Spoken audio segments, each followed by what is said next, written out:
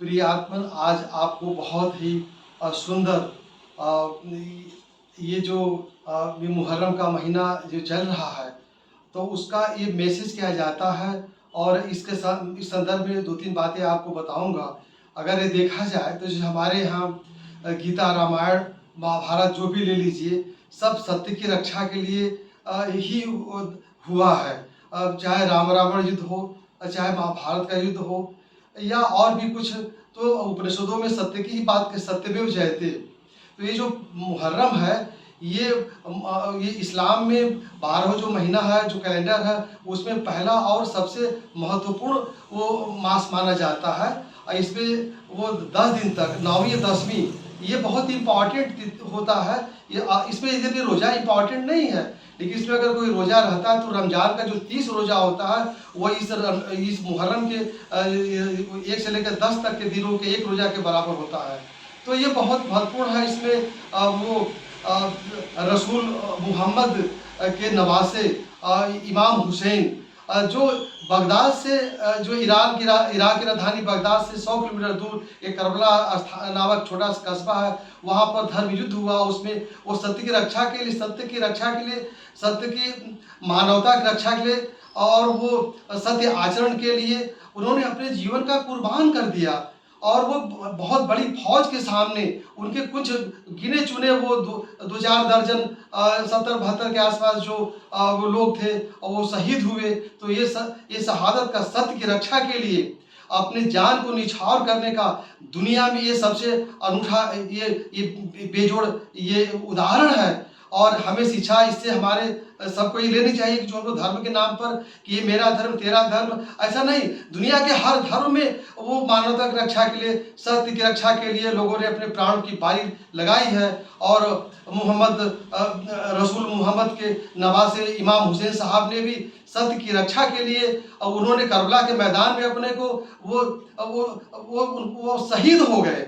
और वो आज सैकड़ों वर्ष हो गए। और हम बचपन में हमने वो जब ताजिया उठता था तो उसमें हम लोग ताजिया उठाते थे और गम के गीत गाते थे। यद्यपि है तो ये गम का त्यौहार, यद्यपि है त्यौहार, लेकिन गम का है, लेकिन इसको जश्न के रूप में मनाया जाता है। अल्लाह के नाम पर, अल्लाह के राह पर चलना और सत्य ईमान का पालन करना, मानवता की रक्षा करना, सत्य के लिए जान की बाजी लगाना, सत्य के लिए जान को निछावर कर देना, इससे बड़ा इतिहास में उदाहरण बहुत कम मिलते हैं। और ये बहुत बड़ा इस्लाम धर्म में ये जो मुहर्रम का महीना है, ये बहुत पवित्र माना जाता है। 4 महीने होते हैं, उस 4 महीनों में ये बहुत ही 12 महीनों में ये 4 महीने बहुत महत्वपूर्ण होते हैं। और उसमें भी मुहर्रम का अति महत्वपूर्ण होता है। तो यह मैसेज, क्योंकि मेरे चैनल का मतलब ही है कि दुनिया के जो स्क्रिप्चर्स हैं, उनका ये मैसेज क्या जाता है, उन संदेश समाज को क्या देना चाहते हैं। समाज यही देना चाहते हैं कि हम ये धर्म, वो धर्म, अपना धर्म तेरा धर्म, ये तलवारबाजी न करें। सब धर्मों में मानवता की रक्षा करने वाले, चाहे वो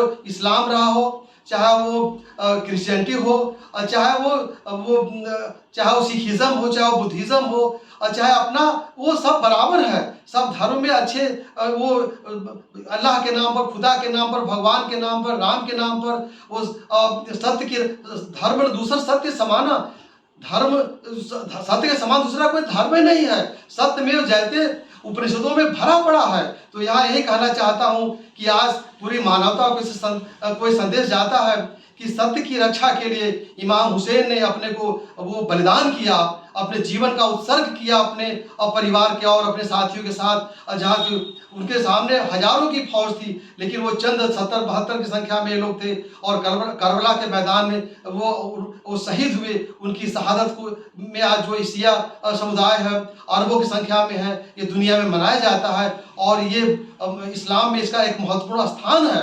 एक दिन का वो उपवास मुहर्रम का, रमजान के 30 दिन को उपवास के बराबर माना जाता है। और ये इस्लाम में बहुत अत्यंत महत्वपूर्ण स्थान रखता है।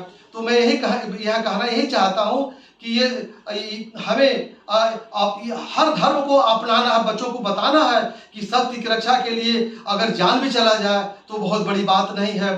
तो सत्य की रक्षा के लिए इमाम हुसैन ने सैकड़ों वर्ष पहले अपने को जो बलिदान किया, ये बलिदान उनका सदियों युगों युगों तक याद किया जाता रहेगा।